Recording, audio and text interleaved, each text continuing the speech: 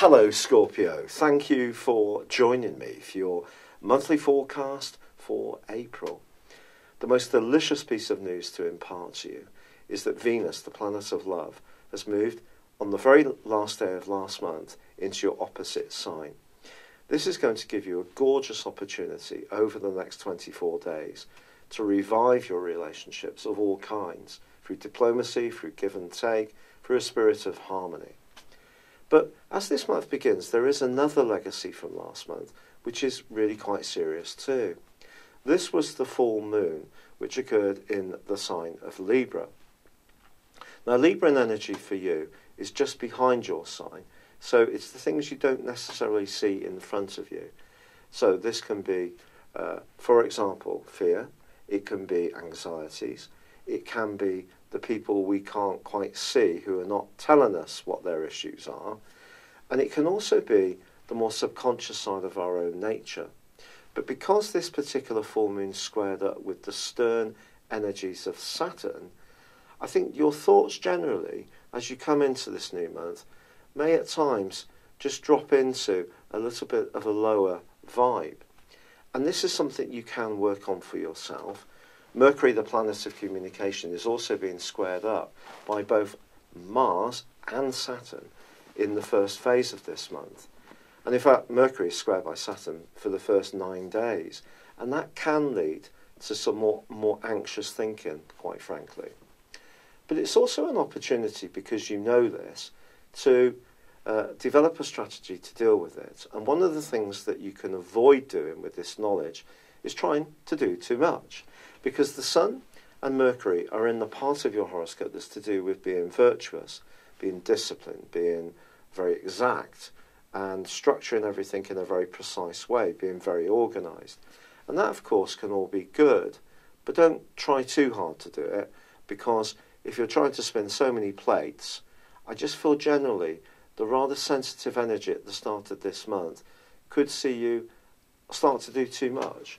And that can lead you to feel tired and even a little bit stressed. Now, Venus in this opposite zone suggests that someone could come into the start of this month in a really positive way. This can be a very encouraging person. It can be a person who's got your best interests at heart. In fact, Jupiter, the planet of growth, which I know is now going retrograde, forges a wonderful alliance with your modern ruler of Pluto throughout this month. Now, if that rings a bell, it's because this aspect occurred earlier this year and is being repeated because Jupiter has tracked backwards and it's connecting again with the slower moving Pluto. This is one of those aspects which can create huge positivity, especially around the things, the ideas that you're originating yourself. So even if you have to express some ideas and plans to people, as long as you do your research, don't try too hard, structure what you have to say, and be very clear about it, despite Mercury's retrograde, then people can be receptive. But not every person is going to be receptive. And if there are any people around your situation, particularly at work, that you're not fully sure of, not sure if they're particularly reliable or trustworthy or sincere, or whether they've got your back, you'd be right to be cautious in the early part of this month.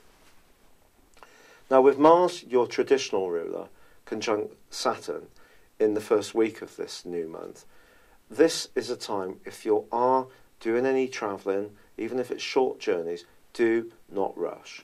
Because Mars is about impatience. Saturn is about the limitations we experience. So if you try to push things, whether it's writing an email quickly or a text message or jumping in your car and going up to the local superstore in a bit of a rush, there's a much greater chance for things to go awry. Slow things down and be very conscious of what you're saying, especially around any important subject, because people may take you exactly at your word. You may encounter other people that don't fit your level of values, and that can see you wanting to speak out. When Mars and Saturn are side by side, it can create a rather angry vibe, quite frankly. I actually have this aspect in my natal horoscope, and it is one that does take a lot of practice to master. And as I've got older, the more cool I can stay, if there is something that feels unfair or unjust. Because remember, 3/4 of my ascendant is in Scorpio. I also have Jupiter and Neptune in Scorpio, and also my directed Pluto is now in Scorpio too. I have a very scorpionic feel to life. So sometimes if there is that sense that people are deploying the dark arts, not being very fair, and you need to find your voice, if you can just squeeze in some ice cold gas, if you like, just to ice down your emotions, it will make you all the more effective. You can then distill the points you're making in a very clear way. If you get frustrated, then that can see you get too easily upset in an unhelpful way.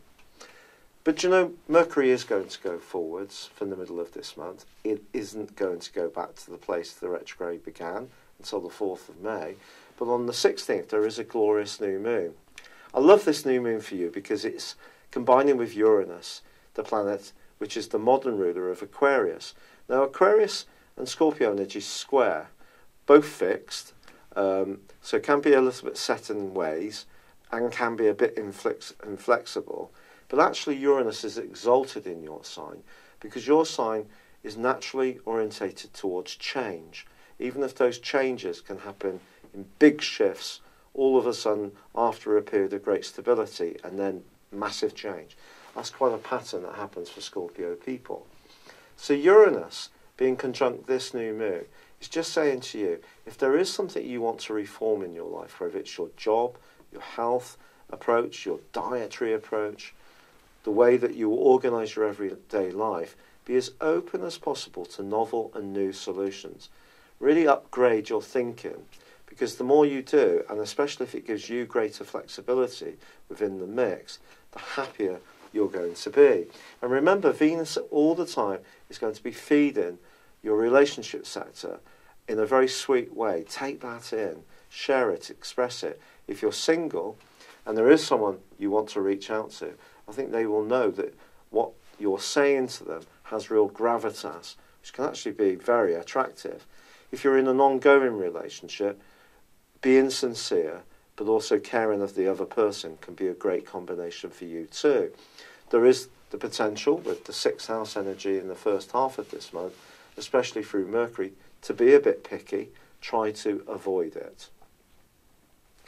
Now, by the time we get to this new moon, which can see you revolutionise your situation in the following month in some kind of novel, new way, we then see Saturn start to slow down and then go into its own retrograde on the 18th. This is going to go on for the next 5.5 months. It could see you thinking very carefully about training, education. It could see you thinking about a new vehicle.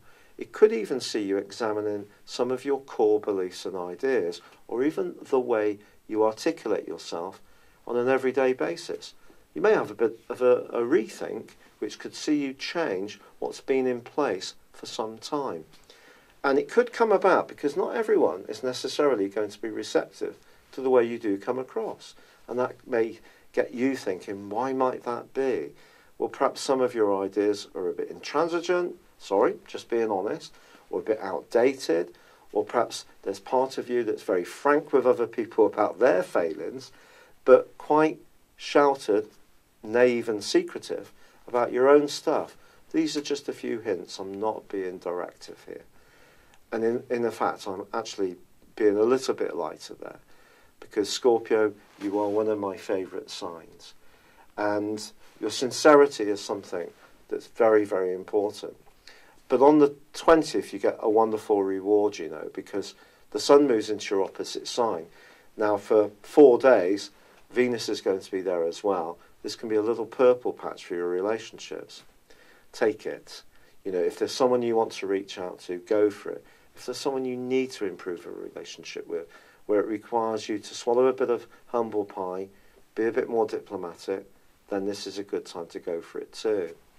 But you know, if there is something you do feel utterly passionate about, whether it's something to do with the environment, whether it's to do with technology, whether it's to do with your core belief systems, even political beliefs, do you know the last 10 days of this month are going to see you experiencing a soar of energy that you've not had for some while, I would think.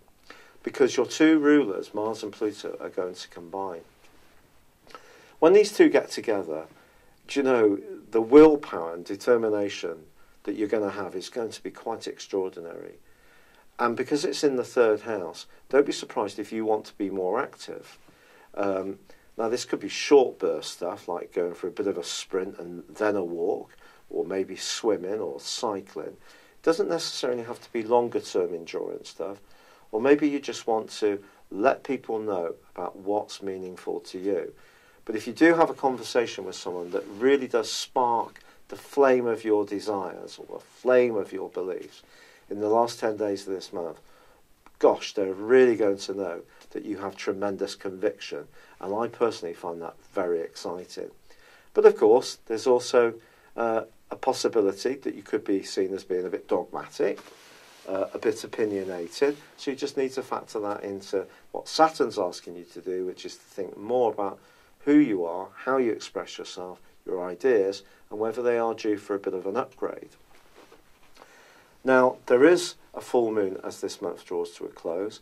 It's in your opposite sign of, I beg your pardon, it's in your sign, it's in Scorpio, and the moon goes into opposition with the sun in Taurus, but they're squaring up on a T-square with the point of destiny in Leo, which for you suggests that your emotions could be quite close to the surface about a relationship issue, quite frankly. If there is a relationship which is not working well for you, I do feel that you're going to want to protect yourself and your boundaries. That's coming from Mars conjunct Pluto. But if there's also a relationship you want to make progress with, this full moon could actually work very well for you in terms of pushing you out into the open in a way that you're usually reluctant to do. In other words, show your hand. It's all very well being very guarded. It's very positive in some ways because you're quite aware that you don't necessarily just want to tell people a load of irrelevant pieces of information which are not that meaningful. But it also can become a bit of a habit not to open up and actually shy away from a real connection. So if you have an opportunity to really connect as this month draws to a close, take it. It's a unique opportunity, this conjunction between Mars and Pluto. It's going to make you very sexy, very alluring. And I wish you well. If you've yet to subscribe to my channel, I'd love it if you would, or like or comment on this video, please. But for now, good luck and goodbye. Hello, thank you so much for watching my video. I'd love you to join me at my Horoscope Ace app. You can find this at www.horoscope-ace.com. You can use it through Android, iOS, Apple, or Facebook. Check out your ascendant or your moon sign, or download your free birth chart. There's all your favourite videos, plus there are daily, weekly, monthly and yearly horoscopes for general, love, Chinese and Indian astrology. If your passion is tarot, there's my brilliant 3-card money or love tarot readings too. And it's all there at www.horoscope-ace.com. Thank you.